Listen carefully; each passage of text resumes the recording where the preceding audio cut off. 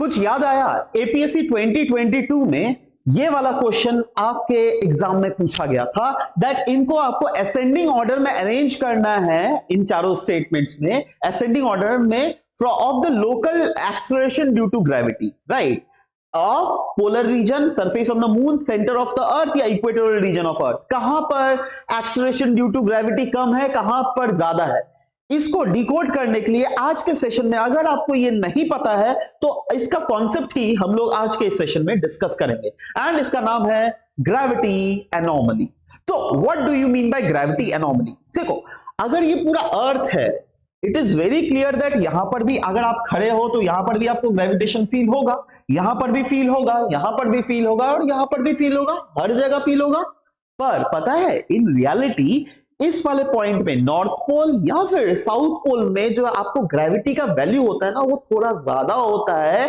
तो ग्रेविटी का वैल्यू ज्यादा होगा तो एक्सेलरेशन ड्यू टू ग्रेविटी भी ज्यादा होगा एंड यहां पर भी ग्रेविटी का वैल्यू अगर देखोगे इस पोल से थोड़ा कम होता है।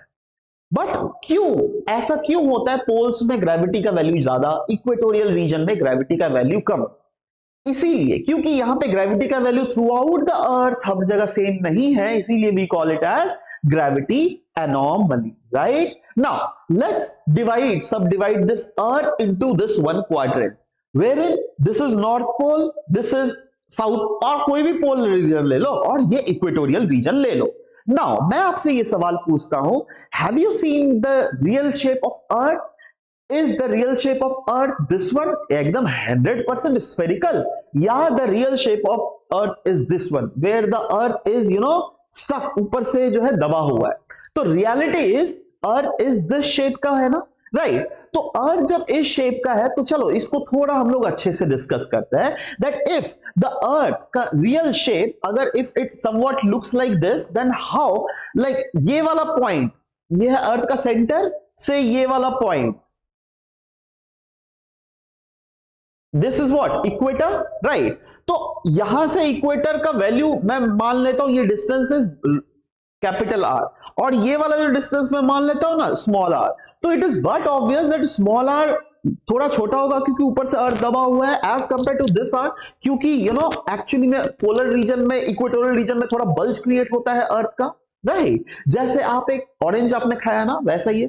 तो हम लोग को ये भी पता है फोर्स ऑफ ग्रेविटी का फॉर्मूला क्या होता है, एक constant g mass of one object into mass of second object divided by the distance between these two।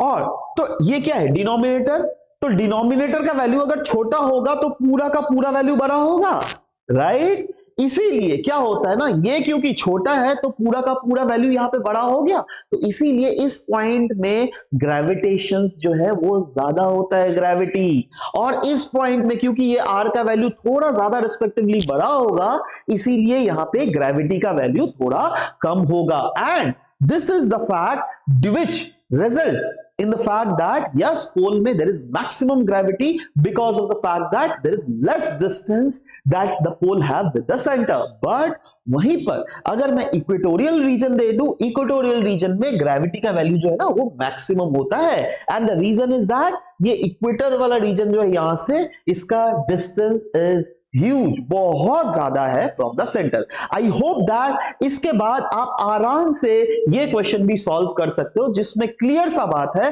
That कहां पर ज्यादा ग्रेविटी है और कहां पर कौन से रीजन में हमें कम ग्रेविटी देखने को मिल रहा है। नाउ यहां पे एक चीज बात, चलो 2 मिनट के लिए पॉज करो तो अब निकालो तो इसका आंसर क्या है, नीचे कमेंट सेक्शन में भी लिखना पहले आप, राइट?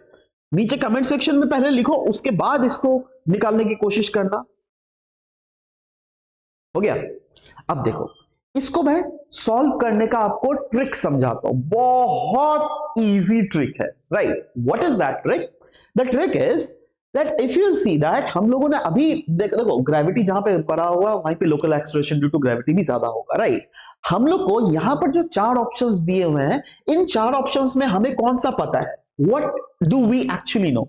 हम लोग को ये वाला ऑप्शन पता है polar region of the earth surface, हम लोग को ये पता है equatorial region on the earth surface के बारे में। तो कहां पर ज्यादा है बताइए? असेंडिंग ऑर्डर में बोला है, मतलब छोटा से बड़ा, राइट? कहां पर कम, कहां पर है ज्यादा, कहां पर है इक्वेटोरियल रीजन में कम है और ज्यादा कहां पर है पोलर रीजन में, मतलब सीक्वेंस में क्या आना चाहिए 4 1।